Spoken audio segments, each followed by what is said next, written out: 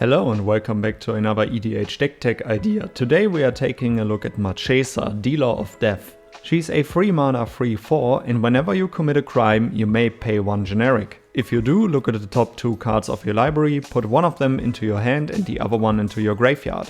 Marchesa doesn't provide a win con by herself, but what she does is providing a lot of value with card selection, and it is definitely worth mentioning that she isn't limited to doing this once per turn, which means that she allows us to ravage through our deck really quickly depending on if we can commit enough crimes. This deck plays the best of the best cards in Grixis colors to generate a lot of value and find our win cons as fast as possible. So we play Orcish Bowmasters, a 2 mana 1/1 with flash, and when it enters the battlefield and whenever an opponent draws a card except the first one they draw on each of their draw steps, Orcish Bowmasters deals 1 damage to any target, then Amass Orcs 1.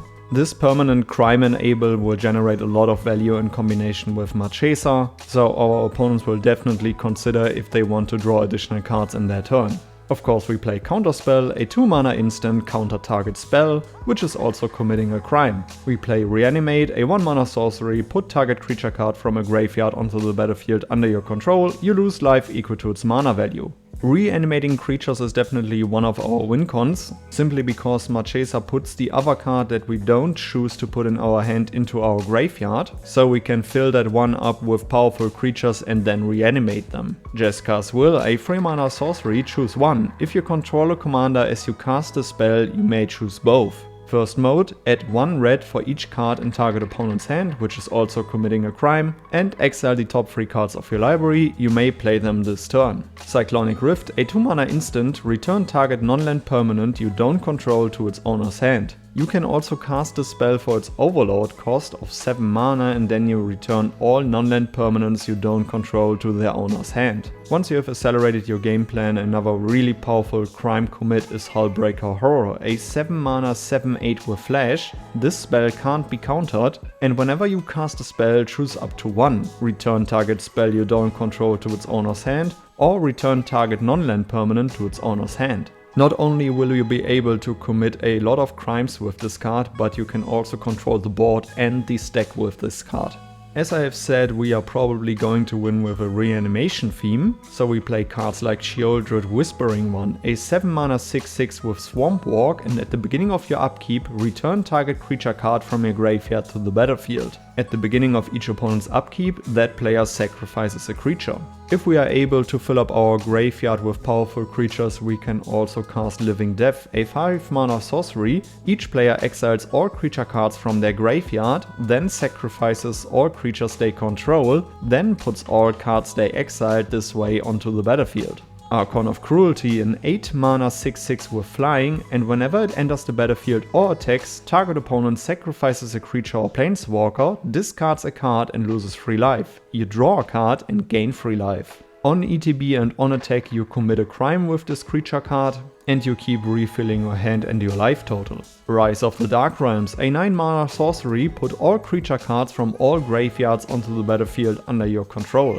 I don't have to explain this card very much. If all graveyards are filled to the brim with creatures and you are able to resolve this one, it will be a game-changing move. Lord Zender, the Collector, a 7 mana 6/6, and when it enters the battlefield, target opponent discards half the cards in their hand rounded down. Whenever it attacks, defending player mills half their library rounded down, and when it dies, target opponent sacrifices half the non-land permanents they control rounded down. Lord Zender does it all for us, so he's definitely worth reanimating. Virtue of Persistence, a 7 mana enchantment. At the beginning of your upkeep, put target creature card from a graveyard onto the battlefield under your control. The enchantment itself is a permanent crime commit and will empty your opponent's graveyards. It also has a sorcery side for 2 mana, target creature gets -3/-3 until end of turn and you gain 2 life. Due to the fact that we are playing Rise of the Dark Realms as one of our win cons, we want to fill up our opponent's graveyards. And in addition to that, we want to draw more value from committing crimes. So we play Deep Muck Desperado, a 3 mana 2/4, and whenever you commit a crime, each opponent mills 3 cards. This ability triggers only once each turn.